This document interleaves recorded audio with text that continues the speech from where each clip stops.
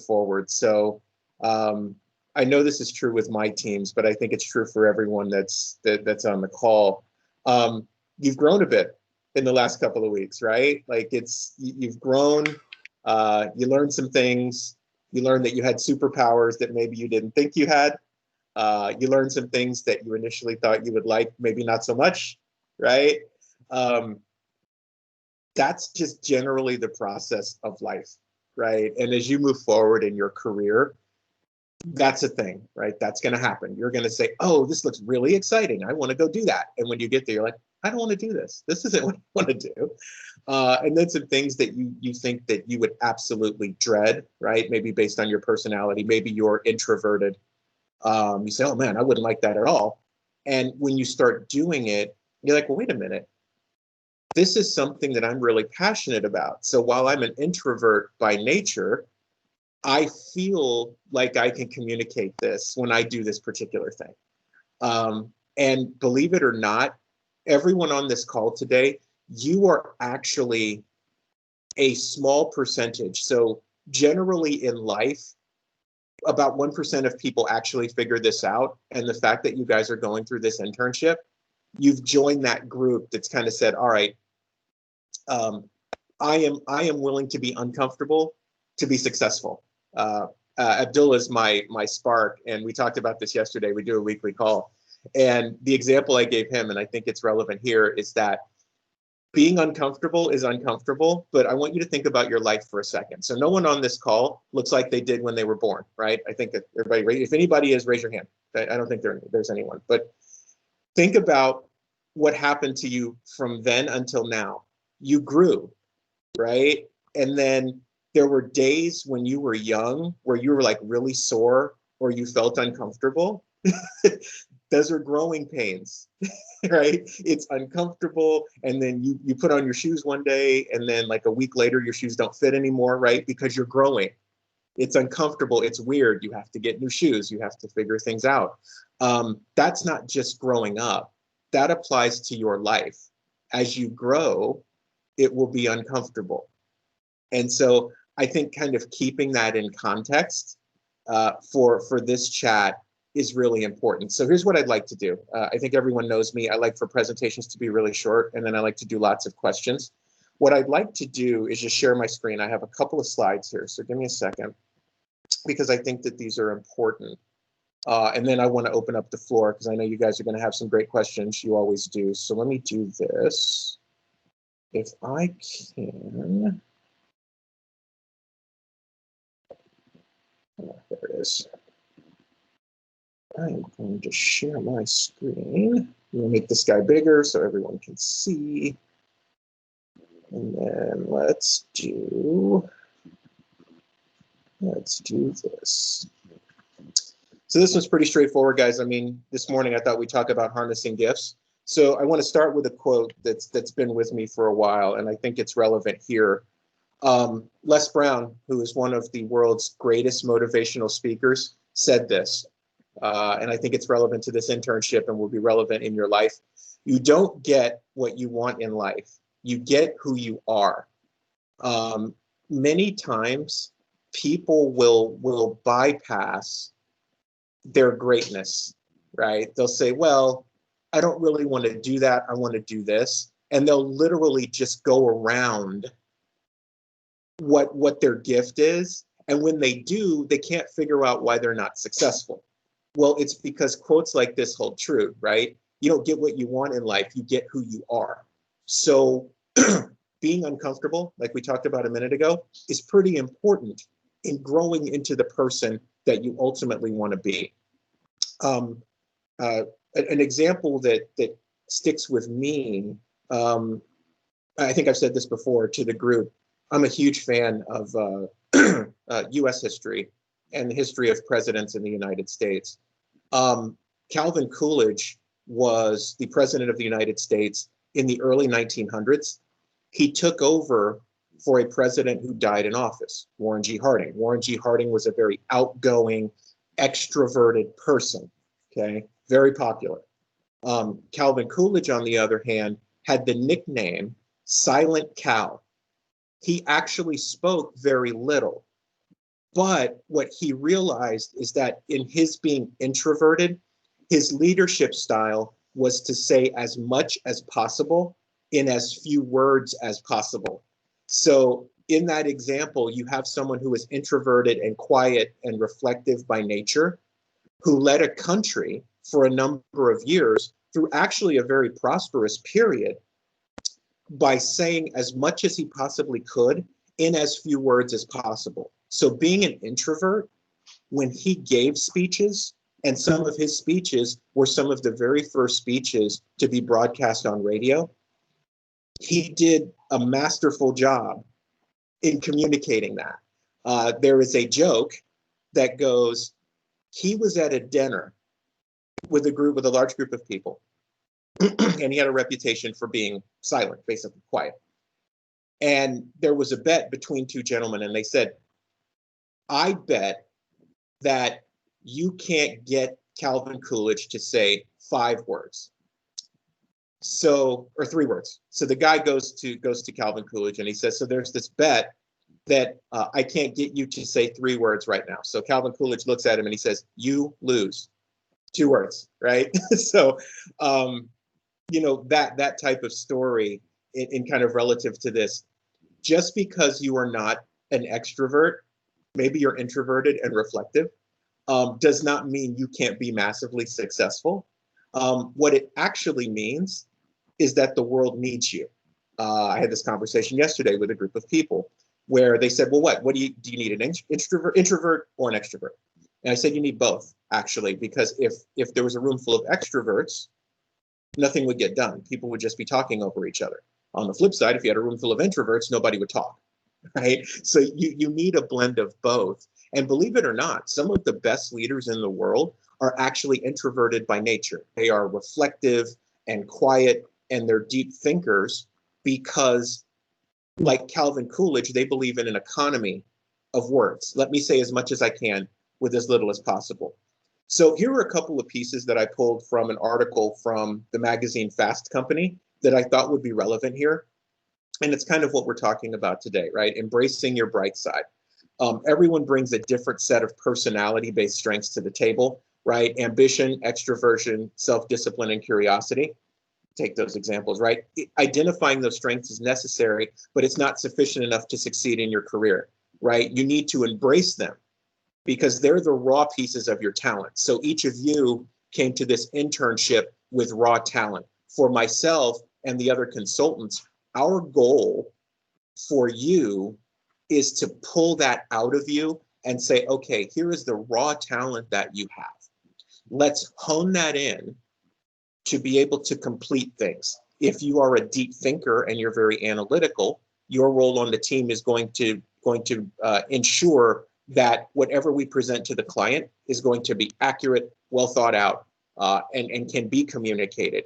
And then the extrovert takes that information and is able to present it in such a way where the client embraces it, or maybe they understand it. That's a great example of the introverts and extroverts on a team working together. And you've probably seen some of this in practice on your own teams as you've gone through the process. So, think about it. This is a great example, right?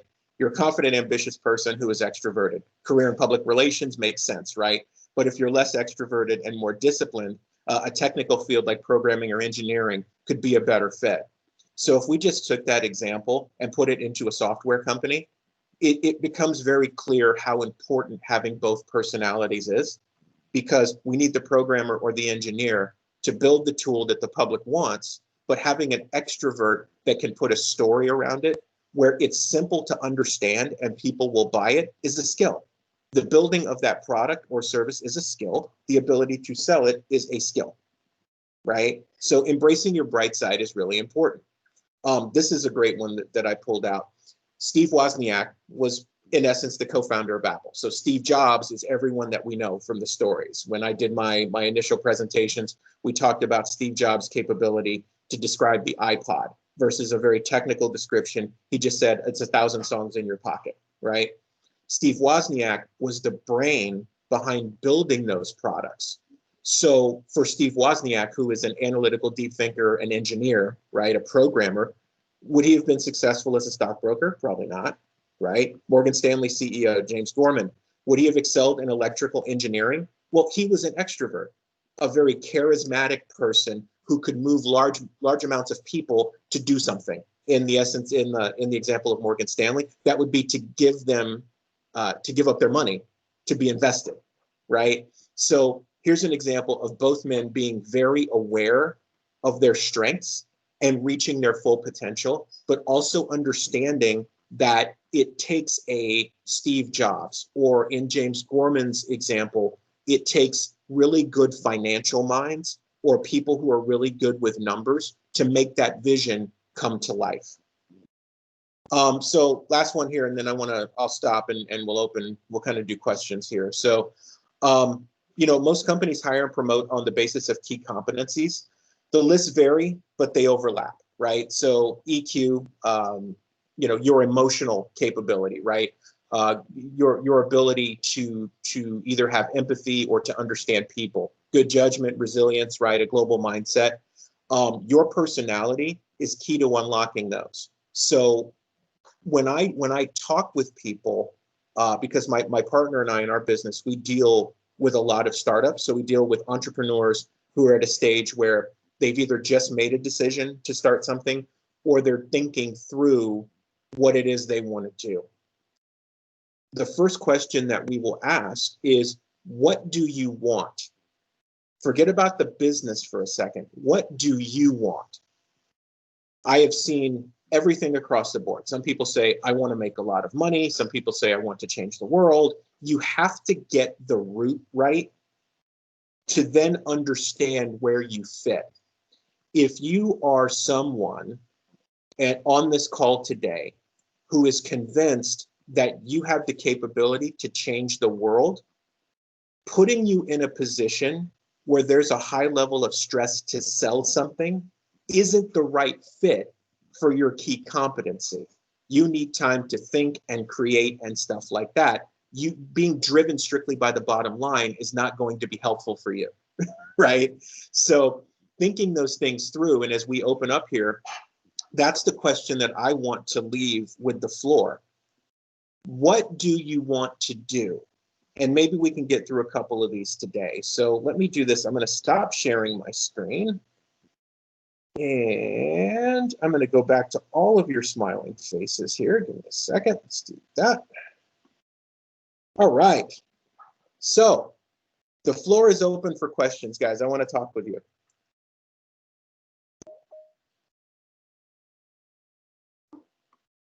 Hey guys,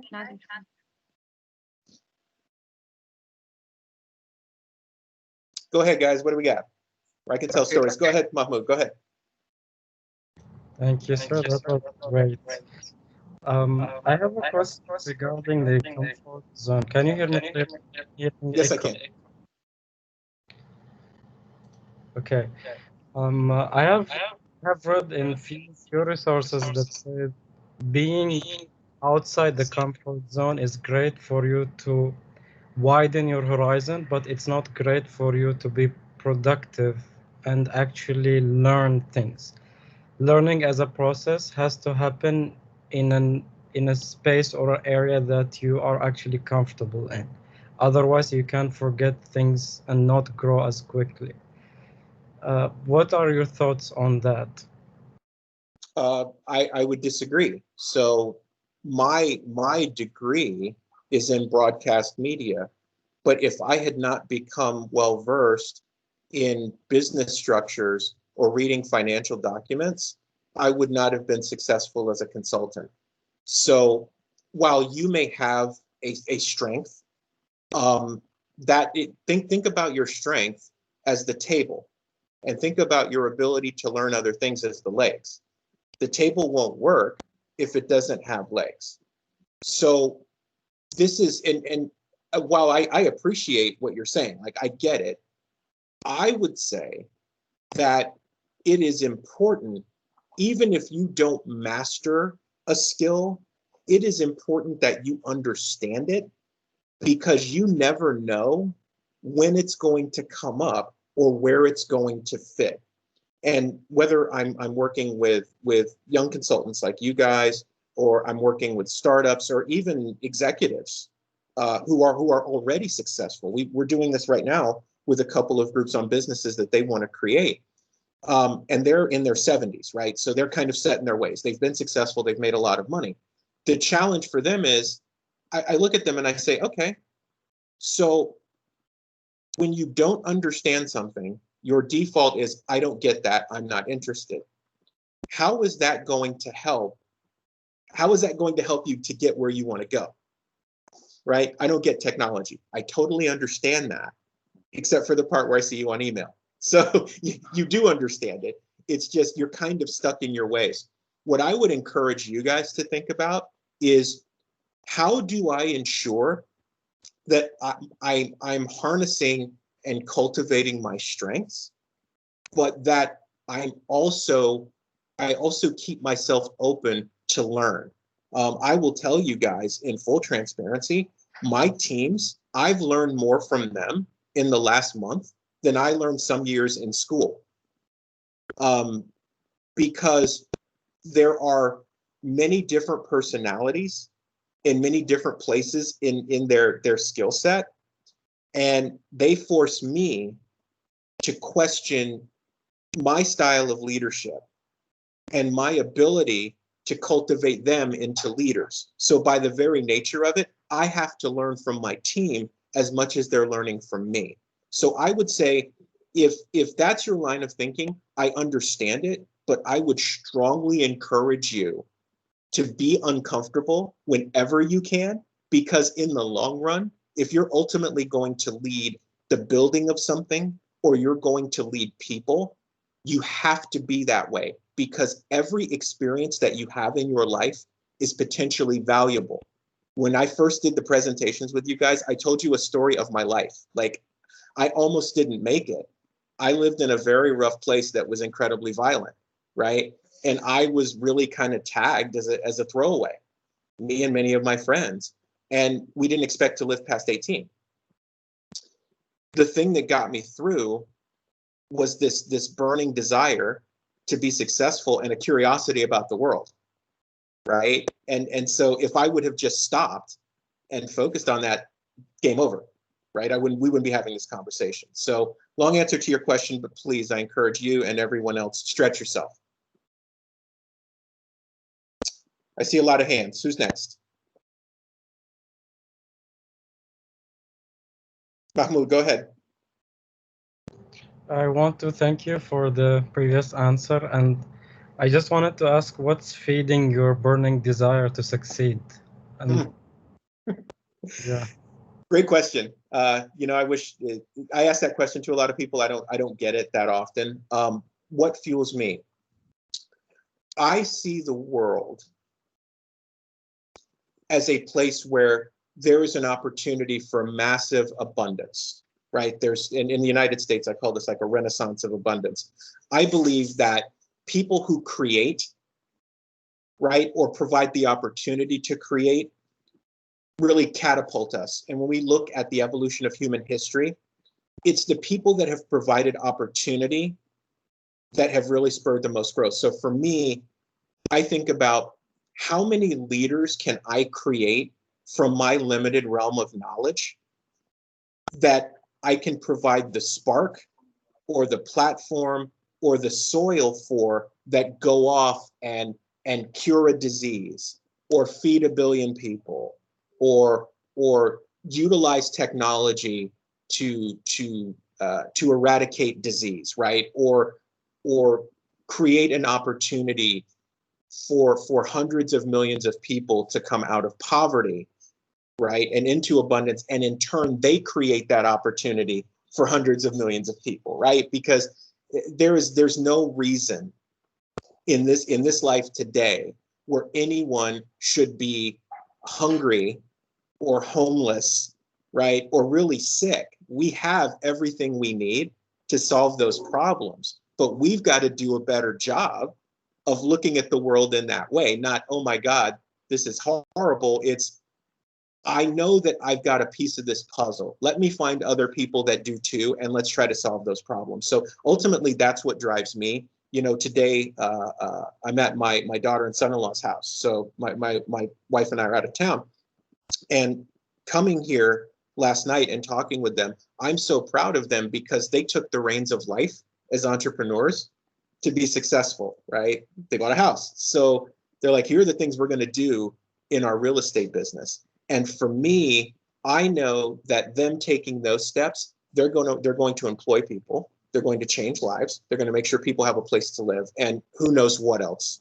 they're going to accomplish, right? Because they're young and they're bright and they believe the same thing. So that's what drives me every day. And for me, I'm like, for the rest of my life, I won't ever retire. Some people say I'm going to work to 65 and I'm going to retire. That's not going to be me. When it's time for me to go off to the next existence, then I'm going to be doing it working, right? I'm going to be trying to solve a problem. So I love that. Thank you. That was an inspiring answer. you're welcome. Hussein, go ahead. I see you have your hand up. Yeah, hi RC. First of all, thank you so much for this great talk. You're welcome. I want to ask you about, people can show different personality traits in different circumstances or in different environments. Mhm. How can I know that I'm not undermining my strengths or overestimating my strengths, let's say, depending on the environment I'm in? Like, you can put someone in a room full of people and they'd peak, and then take them to another room and they're not anything. Great question, Hussein. Thank you. So, people have asked me, they said, RC, what's the hardest skill been for you to pick up? And I think this is, honestly, I believe that this is for any human. They either they don't recognize it or they haven't been in an environment where it's important. Your ability to listen is like one of the greatest powers you have universally. Regardless of your religious belief, there's a saying that goes, you have 2 ears and 1 mouth for a reason, because you should listen twice as much as you talk. And I know I do a lot of talking on these things, but that's why I try to stop and let you guys ask these really good questions. So Hussein, I would say that your ability to listen first is going to help you to determine the temperature of a room or a situation, and ultimately where you fit, but also where you don't. So if it's important to understand where you fit in the hierarchy. If you are in a room culturally, or you're in a place culturally where your age has an impact on your influence, and you are a young person, you have to listen, right, and observe to understand where you fit. And if your desire is to rise in those ranks, you then have to understand who the leaders are, figure out their personality, and how you would go about endearing yourself to them or learning from them. What makes them tick? Is it they have a desire to give back and they want to mentor people? If that's the case, then you kind of know how to proceed, right? You put yourself in a position where you show a desire to learn, and they see that, and then they take you under their wing. Are they an alpha, quote unquote, like a leader type, where they're a hard charger and they want to move forward? If that's the case, then you would look at it and say, what thing can I be successful at to show them that I have a desire to be successful, right? So they're 2 very different things, but the thing they have in common is your ability to listen and observe, and then to figure out what the formula is for you to move forward.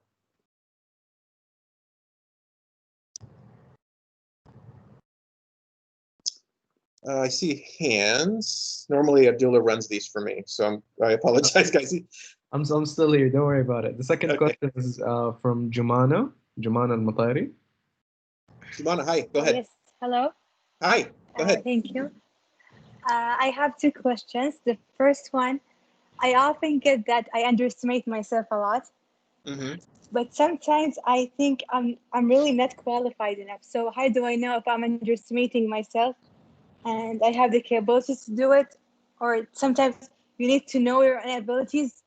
If you can't handle it, you should say that. That's my belief. If I can't handle it, I prefer to say it that I'm not qualified enough. However, they say that I underestimate myself a lot. I cannot really evaluate myself. The second question for entrepreneur, would you advise your entrepreneur project or something would involve programming and technology, would you devise learning about the technology and programming, or leaving it to an expertise and just knowing the overall points? That's it. Thank you. Great question. So let me tackle the first one. Underestimating or self-doubt is the #1 killer of things. I think everyone on this call knows that, and we've all been through it. Even for me, I deal with it on a daily basis, right?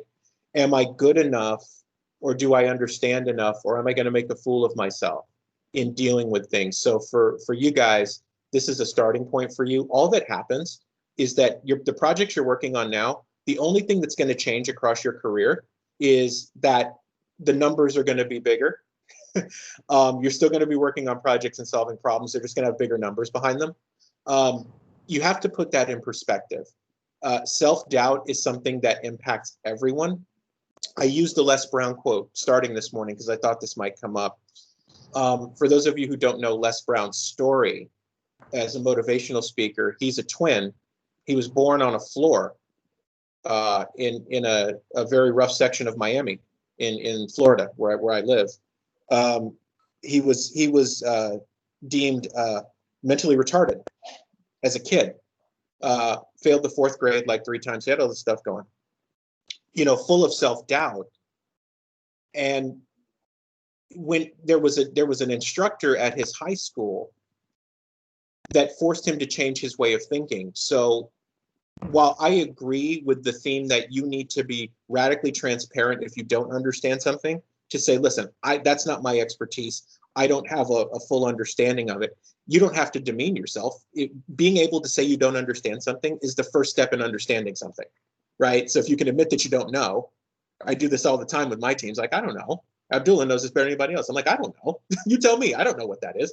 But I learn. And so being able to say that is important. But I think there's a difference between that and the self-doubt part, right? Or the underestimation. So with Les Brown, he was sitting in a class that he wasn't normally in the class. The teacher goes and says, work out this math problem on the board. And he said, I can't do it. They said, why not? Well, I don't know how. I'm mentally retarded. And the instructor looked at him and said, don't you ever say that again. Don't you allow someone's opinion of you to determine your future. I think that's an important step here. When you feel self-doubt, and this is going to sound a little strange, but I'll share with you guys because we're all friends. When you feel self-doubt, that's the world or the universe or whatever you believe. That's the universe pushing you forward, right? There's a reason for that. Let's go back to being uncomfortable. There's a reason that happens, right? There is something that you need to learn, or there is something that you need to say, or there's something that you need to do. And even if you don't do it well the first time, I'll let you guys in on a little secret. When I started consulting, I wasn't really good at it. How about that?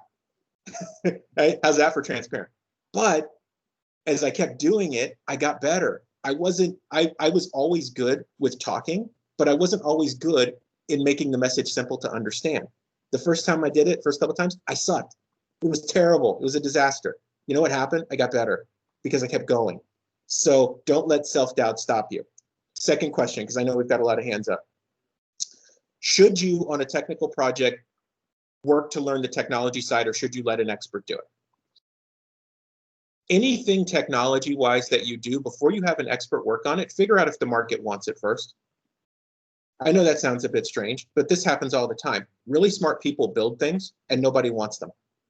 So before you take the step and make a decision on whether or not you should learn technology or have an expert do it, figure out if you can explain your solution before it's built to someone who would buy it, and then get them to buy it.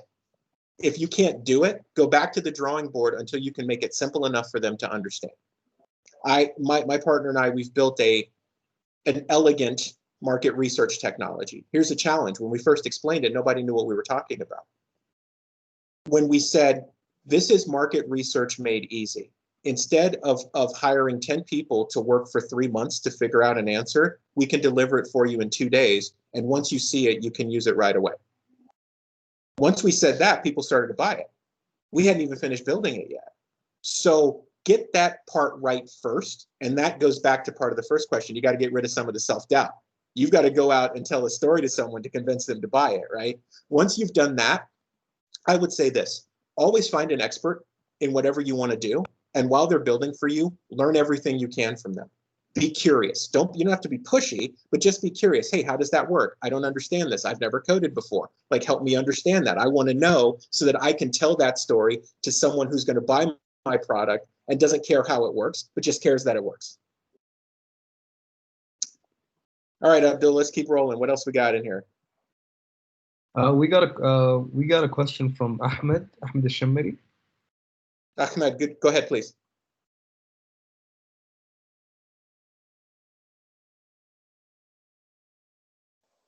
Hello, do you hear me? Yes, go ahead.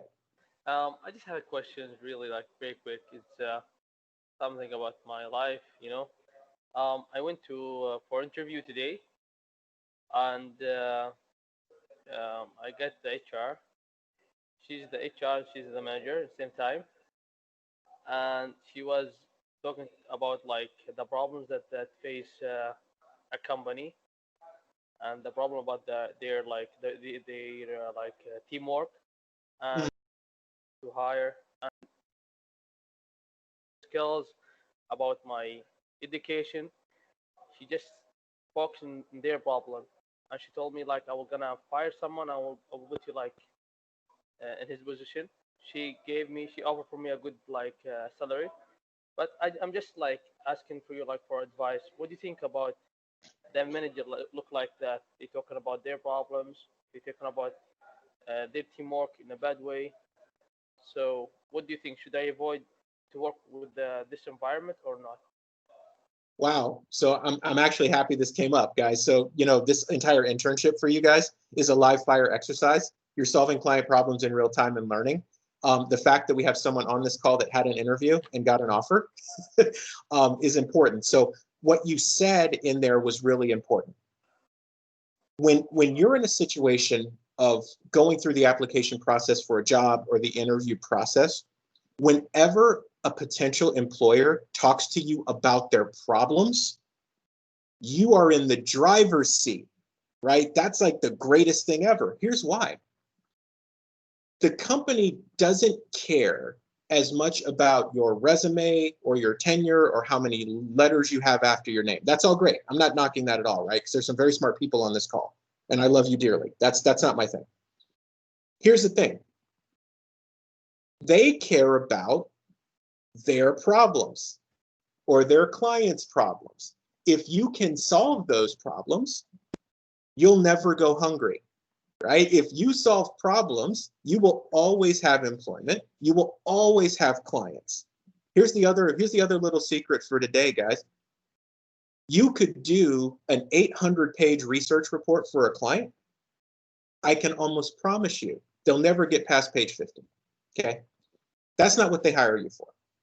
They don't hire you for a service. They hire you for a result. And this is something that I've been working on with my teams.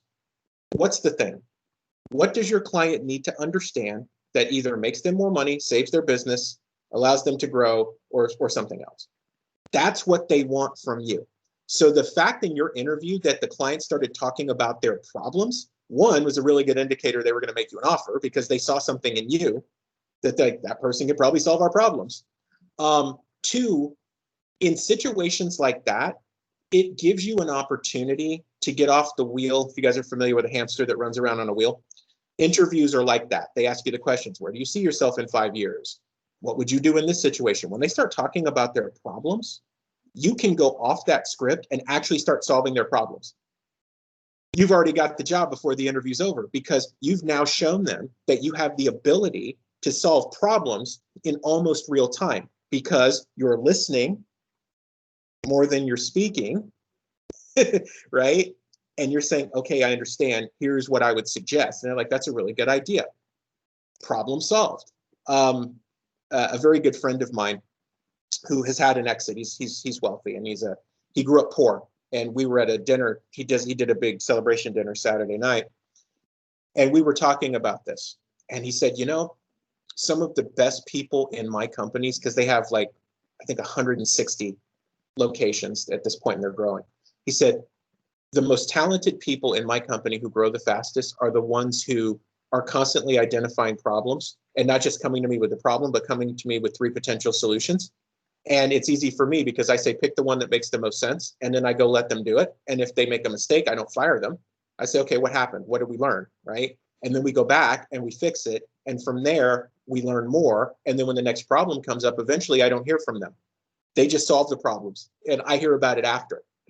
And that's actually what happens with my teams. Problems get solved and I hear about them after the fact. So long answer, but I think for everyone on the call, this is a great example of what happens.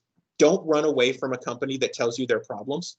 They're doing that for a reason, right? And they view you as a problem solver. Embrace that. All right, Abdullah, next one. Thank you so much. No problem. Next one is Hussein Al-Jafri. Go ahead, please.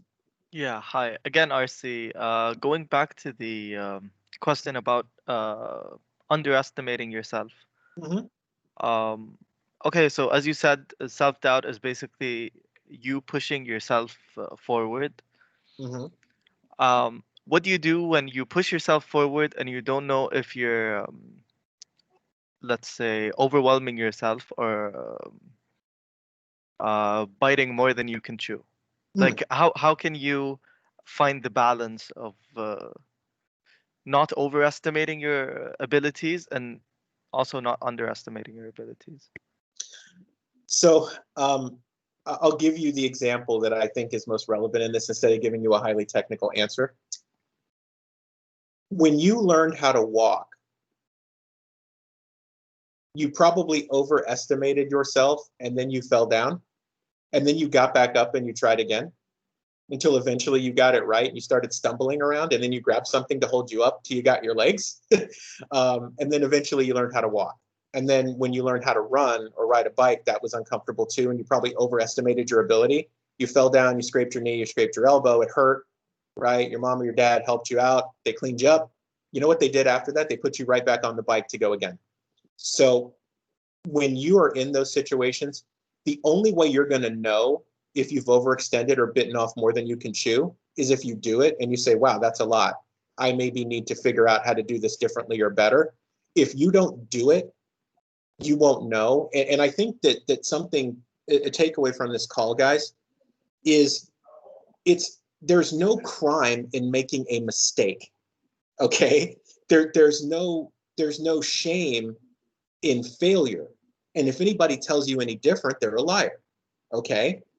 There's no shame in that. How else can you learn if you don't bite off more than you can chew, if you don't do something crazy, if you don't go out and take a chance? If you don't do that, there's no other way for you to learn. You guys are doing that right now. My teams are on calls with clients, and I know they feel incredibly nervous about doing something they've never done before. But I tell them, look, you're as prepared as you're going to be. Go do it and then learn. The client's not going to bite your head off because you make a mistake. If anything, they're going to say, wow, you made an effort to try to answer this for me. I really appreciate that. Here's what I need to know. That's okay, right? So anytime that you feel that issue, I would go back to the fundamentals of life and growing up, right? If we all gave up on walking, we'd all be crawling around. But we didn't, even though we fell over, right? We kind of figured it out. Riding a bike, we kind of figured it out. Driving a car, we kind of figure it out. Going on a date, figure it out, right? Trial and error. Don't be afraid to make a mistake, please. I tell my team that all the time. Listen, don't be afraid to make a mistake. Don't be afraid to take a chance. If we talk about it and you make a decision and you make a mistake, that's okay. We'll figure it out. But if you don't make a decision, that's even worse. Great answer. Thank you so much, RC. You're welcome. Next up is Mahmoud. Thank you, Abdullah. RC, I wanted to ask something that happened to in an interview for me today. Was that I was speaking about problem solving as a skill that I have, and I wanted to capitalize on that. So I was given like instances of me solving business problems for friends and family between full-time jobs, let's say. Okay. I got the impression that they were not really impressed by what I was doing, because they were thinking, how would you be a business consultant without really having much experience? Mm-hmm. So I wanted to just know, how might I capitalize on business problem solving, and how would I promote myself in that, and what jobs would I potentially get if I just focus on this? Are Great there question. any jobs that I can just be doing that, or is it not possible?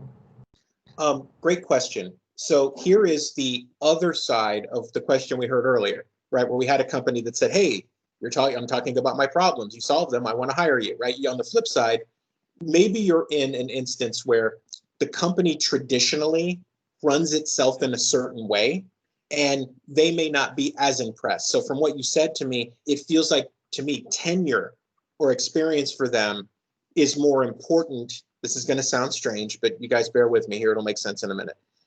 It almost feels like they are more interested in tenure than they are in your actual ability to solve problems that you've documented. In my mind, think about that as a fit for you, Mahmoud. If they were to offer you a job and you took it, you would be miserable because your interests don't align, right? You're like, listen, I'm young, right? I have a limited scope of experience, but the thing I am becoming proficient at is solving problems, which is the essence of any business or any project. Is all of our clients have asked us to solve a problem. 100% universal, there's no disputing this, right? The ability to solve it is what's most important. Those clients get that. All of our clients are like, just solve the problem, right? For companies that don't align that way, this is a good exercise, guys. Whether you choose to be a consultant or you choose to be an entrepreneur and run a business, there are going to be things that don't fit. And what you have to be comfortable with is walking away from those things. Mahmoud, I'll be honest with you, that it doesn't sound like it's going to work. Even if they offered you a job in 6 months, you'd be miserable and they'd be miserable, right? It's okay to walk away from that and to focus your energy on finding something else. For many of you, you have the capability to work at one of the big 4 consulting groups. You could go do it right now. You could go get an internship that paid you a good amount of money to do that work. But your philosophy may not fit exactly with that philosophy, right? So while you could go and do it, it may not be the best place for you. You may be better placed at a smaller consultancy that is into solving those problems where you can flourish. And I tell consultants all the time, I'm like, look, it's okay that you didn't work for McKinsey or PricewaterhouseCoopers. It's great if you do, but it's not mandatory for you to be massively successful as a problem solver, right? So I think kind of to answer your question, to sum it up, don't let that deter you from going out and solving problems and building a track record of solving those problems. Because I'll promise you this, if you keep doing that, somebody's going to notice. And when you walk into an interview, instead of those run-of-the-mill questions, you're going to come in and say, I looked at the company, or I researched the company before I came in for the interview. I've actually solved problems similar to this in these areas. And you just give them a quick highlight of what you've done, and you allow them to absorb that and to respond to you. That, and that, just listening to you talk, that's where you belong, right? That's your superpower. So don't let an interview where the interests of that business don't align with yours deter you from going. Keep going. Thank you very much. That was really insightful and helpful. Thank you. No problem. Thank you, RC, for your time. But do you think you have time for one more question before we wrap up? Sure, I think we can do 1 or 2 more. It's fine.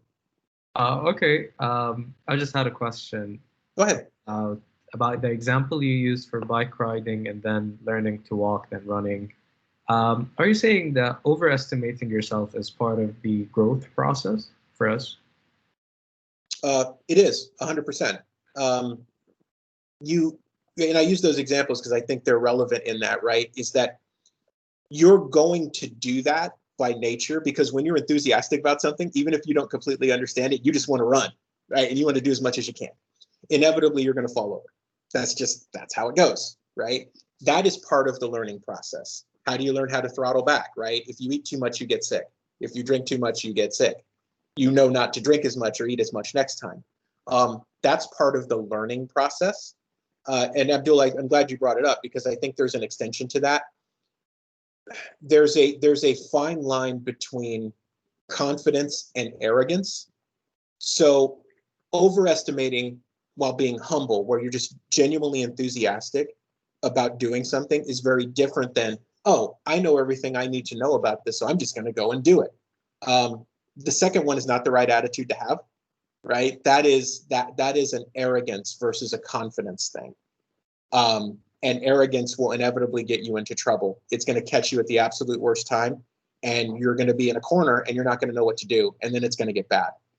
If you are genuinely enthusiastic and you want to learn and you make mistakes, that's a very different animal, and people will actually applaud that. And let me qualify that. The people that matter the most will excite them. They'll say, you know what? I see that you have a desire to do this and you're doing everything you can to learn and to grow. I understand how to do this. I want to help you. People will come, they will go out of their way. The people who matter, who are successful, who can impart knowledge on you, will go out of their way to help you because what they see in you is what happened to them. And they're like, there's a rule amongst people who are very successful. It doesn't matter what culture they're from, when they were born or whatever. There is a strong desire when they see themselves in someone else to help those people because they know that those people are going to solve future problems and help lots of people. And for me, I take that as a responsibility. At the very beginning of this, I told all of you, this is personal for me because I was a young consultant once. And there were people that helped me. And when you see yourself again, you help those people who are trying to do the same thing.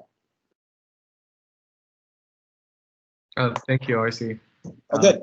We got time for one more. Okay, great. Then, Mohammed, would you like to ask your question? Yes. Hello, RC. It's been great listening to your talk today. It's really insightful. I've asked this question before in another session. And you're a very insightful person, so I would actually give you this question again. But before that, I need to give a little introduction here.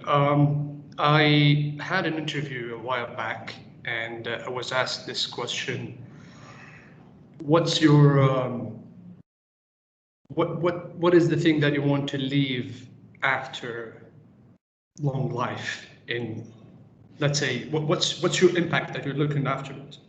And at the time, I really have an answer, but sometimes it sounds like a cliche, like I want to inspire people. I want people to, make leaders, this and that. But at the same time, and I'm being honest here, we're all here looking for a stable income job with a great environment that allows us to promote stages and, become bigger.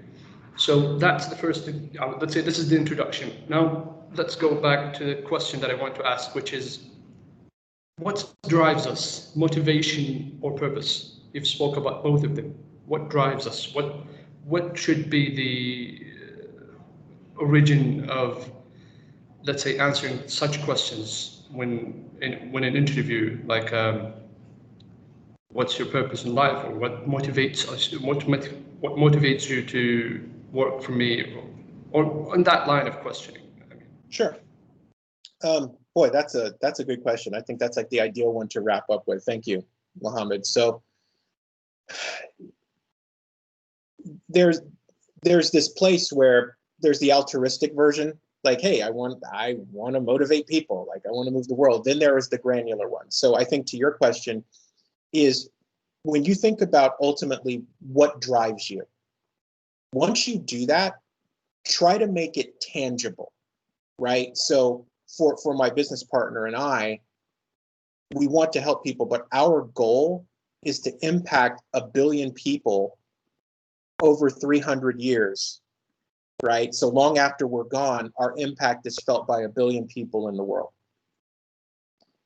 that forced us to go from, hey, we want to help everybody, to wait, here is a very defined thing, or defined enough as to what we want to do. We want to touch and impact 1 billion people and leave a legacy that goes on for hundreds of years after we're gone, right? Because we believe that we can help billions more if we get that part right. So as you're thinking about that question, think about what drives you, and then tie it to something tangible, like whether that's a number or a date or whatever. I had a young person that I was talking to, and it was surprised me. I said, what is your goal? Because they were starting to build a business. I said, what is your goal? They said, my goal is to have $1 billion in net worth by January 1st, 2025. Wow. Okay. That's pretty tangible, right? Because once you have that in line, you can reverse engineer and work backwards. But Mohammed, as you think about that, I think what will be helpful is that if you put some hard numbers or dates to your why, it will be easier for you to answer that question, right? So my partner and I, we were talking to the White House a couple of weeks ago about what we're doing with opportunity zones, which is something here in the United States where they're trying to get investor money into communities that need the most help, and they're offering benefits to do that. And what we said is that the challenge that we're trying to solve is to align the interests of government, investors, businesses, and the communities that these places are in. If we get that right, the renaissance of abundance in poor communities will be off the charts. When people are working, right, kind of to your point, Mohammed, and they're making a tangible wage and they're able to take care of their families, they become empowered in other ways. They begin to care about the people that represent them in government. They begin to care about the community that they live in. They begin to care more about their families. Things change, right? And so that was the thing that got us invited to a roundtable with the Secretary of Housing and Urban Development for the United States, Dr. Ben Carson. That thing, taking something kind of out here, I'm doing my hands up like up here, and making it super tangible, right, in our goal, they said, you guys have to participate in this roundtable. We need to hear what you're doing because it's going to inspire other people to do the same. So long answer to your question, Mohammed, that's something I'm still working on in life. But I think that if you take that, kind of that attitude towards it, and you narrow it down a bit, when you get asked that question, you're just gonna go boom. And they're gonna be like, whoa, how old are you again? So great question, thank you. Yeah, thanks a lot. Great answer to it. I think we might be good to wrap up now. Yes, I just say quickly in closing, guys, thank you. I know my coffee was kind of overdue, but all things in due time, right? For all of you who are doing this and going through this process, trust me when I tell you, the consultants that you're working with, we're all similar in the thought that we want to see you grow. Don't be shy. My teams, we have a rule. If it's in your head and on your heart, you better say it. There's a reason that it's there. And it could be the thing that changes what we're doing for the client for the better. And if you hold it back, you're cheating everyone, including yourself. So don't do that to yourself or to your teams. I think that's really important it's a really important message for us to take away from this. If it's in your head and it's on your heart, you better say it. Otherwise, you're cheating everyone around. Lara, did you freeze? Oh, no, I didn't. Anyway, it's fine. Thanks so much, RC, for your time and for coming to chat to everyone today. We appreciated it. Yeah, I think that's it for questions. I don't see any other questions. So thanks everyone for your time. Thanks for the questions. Thanks so much, RC. You guys are awesome. Take care. Bye, everyone.